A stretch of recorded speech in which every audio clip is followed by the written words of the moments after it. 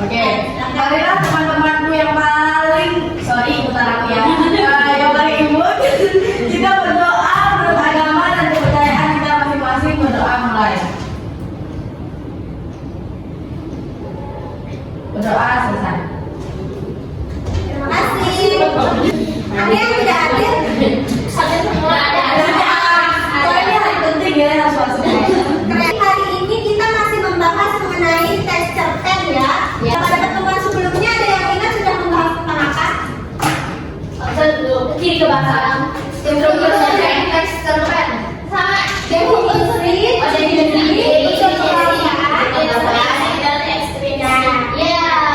Jadi pertemuan hari ini kita lanjutkan dengan materi struktur cerpen.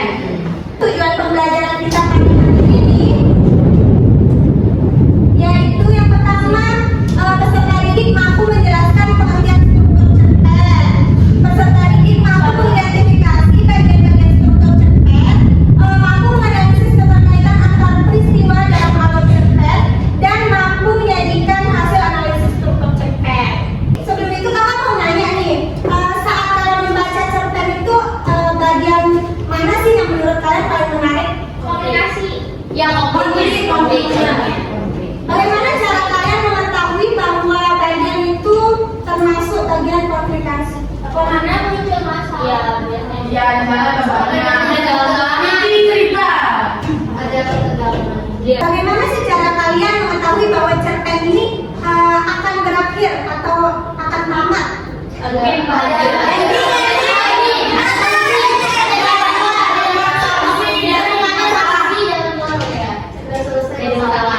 Ending ceritanya seperti apa yang kalian sukai? Aku set ending, aku tipe set ending. Ending cerita itu biasanya seperti apa aja? Selain happy ending, sad ending. Set terus terus apa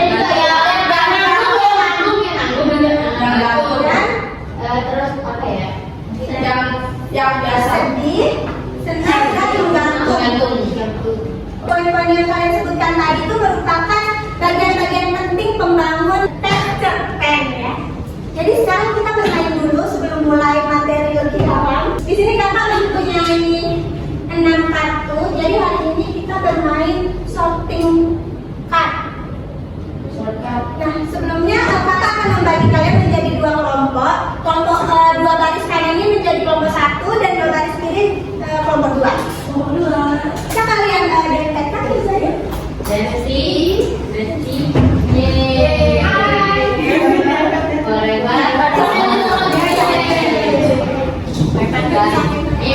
Jadi tugas kalian di sini kalian mendiskusikan dan menyusun bagaimana sih susunan cerpen ini secara mengalir menjadi cerpen yang utuh. Ya, karena di sini masih acak. Nah di sini kalian bisa urutan pertama kalian tulis nomornya 1, terus 2 gitu ya. Ya.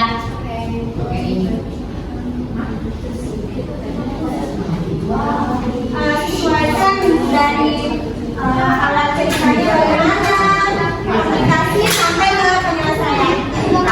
Kok ada tulisannya kan? Kami. Ya itu ceritanya kartu A, kartu B. Oh dia ada tadi juga. Enggak, itu belum berurutan. Jadi kalian tugas kalian untuk mengurutkan.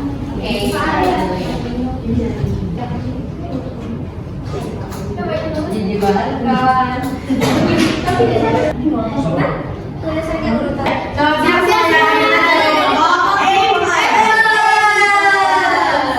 Oke, jadi hari ini kita mau mempresentasikan hasil kerja sama kita untuk mengurutkan cerita cerpen ini. Oke, mulai dari 1 hadapan dibaca. Bukan rahasia lagi bahwa Arya, si pemimpin yang lain kepala diselimuti Ekira dan tahu berantakan sedang kasih tahu getar tuanya sementara Imas menjadi polisi. Laporan agaknya Papa Ukim ujar Arya nadanya melankolis. Aku merasa masa SMA dan Lalu datang ke rumah Arya. Ia mendapat beasiswa penuh, sebuah impian yang sudah ia kerja. Apakah ia harus mengorbankan masa depannya hanya demi sebuah janji masa lalu? Di sisi lain, Bima menyesali kata-katanya. Yang membawa apa-apa, hanya dirinya. Dia langsung menuju teras. Arya menyusul. Mereka duduk diam selama beberapa saat. Akhirnya, Bima membuka suara. Yang menemukan Bima sudah menyelami kebutuhan dalam cerita. Teras itu tetap sama dan itu masih milik mereka. Mereka duduk lagi di bangku kayu. Enggak itu benar. Udah tinggal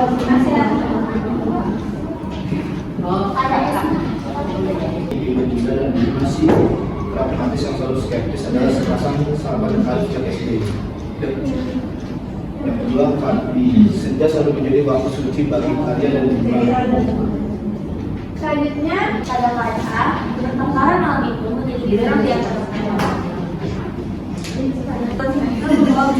waktu terbaik dia kadang dan kemudian cerita baru. Ia mengumumkan Cerpen itu merupakan kerangka atau susunan urutan alur cerita yang membangun sebuah cerita pendek, mulai dari pengenalan hingga penyelesaiannya. Adapun di sini bagian-bagian dari struktur cerpen ada 6. Yang pertama yaitu abstrak. Abstrak ini merupakan ringkasan awal yang berisi gambaran secara umum atau keseluruhan isi cerita. Tujuannya untuk menarik minat pembaca agar pembaca ini tertarik untuk membaca cerpen itu secara menyeluruh. Di sini terdapat pengenalan tokoh atau penetapan latar, bisa latar tempat, waktu atau suasana. Misal pengenalan tokohnya bagaimana, terus latarnya, latar waktunya di zaman dahulu atau di zaman modern. Kasih ini merupakan bagian yang memunculkan konflik. Jadi di tahapan komplikasi ini, konfliknya muncul, berkembang dan mulai memanas. Yang keempat yaitu evaluasi. Jadi di tahap evaluasi ini, konflik yang muncul di komplikasi itu sudah mulai ada titik cerahnya. Solusi ini merupakan tahap penyelesaian dari konflik yang berada di tahap komplikasi. Jadi konfliknya sudah ada jalan keluarnya, sudah ada solusinya. Koda. Nah, di tahapan koda ini merupakan tahapan penutup dalam cerpen. Ia biasanya berisi amanat atau pesan moral yang ingin disampaikan oleh penulis kepada pembacanya. Koda ini juga bersifat opsional sama seperti abstrak. Boleh ada, boleh tidak ada. Abstrak itu kan berisi apa tadi? Ringkasan. Atau belakang? Undangan kita. Ringkasan atau gambaran Inti dari keseluruhan cerita. Iya. Mulai dari ada. Sampai jawab E. Dia mengenalkan tokoh Arya ini kan dikenalin bahwa penokohan Arya ini seorang pemimpi dengan kepala yang dipenuhi ide-ide gila. Terus ada Bima yang pragmatis yang selalu skeptis. Nah, dan latarnya di mana? Latarnya Di teras. di teras senja. Terus jadi ini jawabannya ya.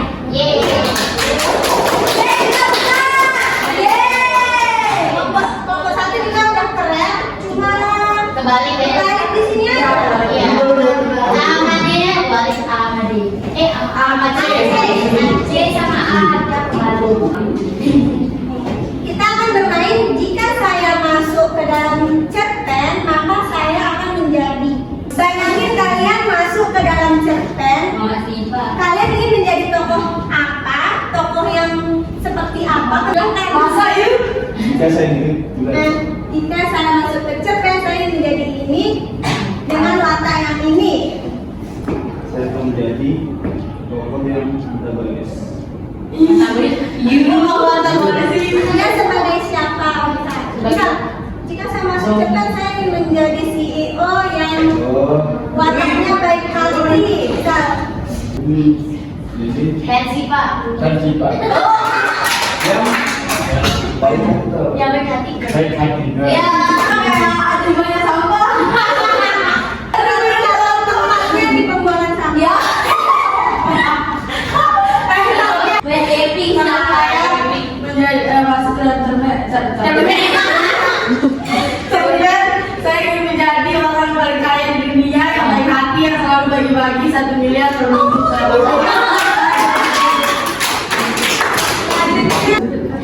menjadi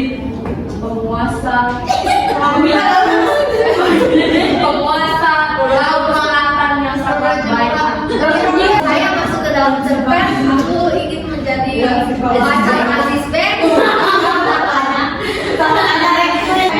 masuk ke dalam cerpen. Saya ingin menjadi putri duyung yang baik hati. Poger nggak sih? Bisa.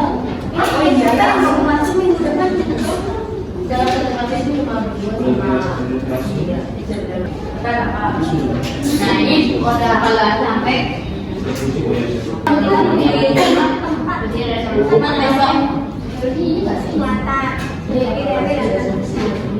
Terus yang kucing. solusinya apa?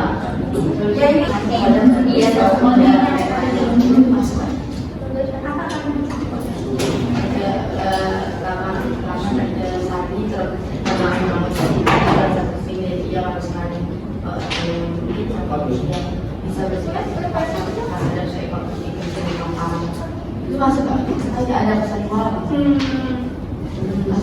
Boleh, tapi ingat kode itu. Ini komunikasi pada Anda. Contoh kode itu ini maksudnya selalu ada kita lihat yang lain kan. Ini nanya ini sebagai pelajaran. Kalau misalnya ada yang kayak gini misalnya sifatnya misalnya Asik pajak 2, 3 publikasi dengan 3 dan 4, evaluasi 5 dan 6, resolusi 789, kodenya 10.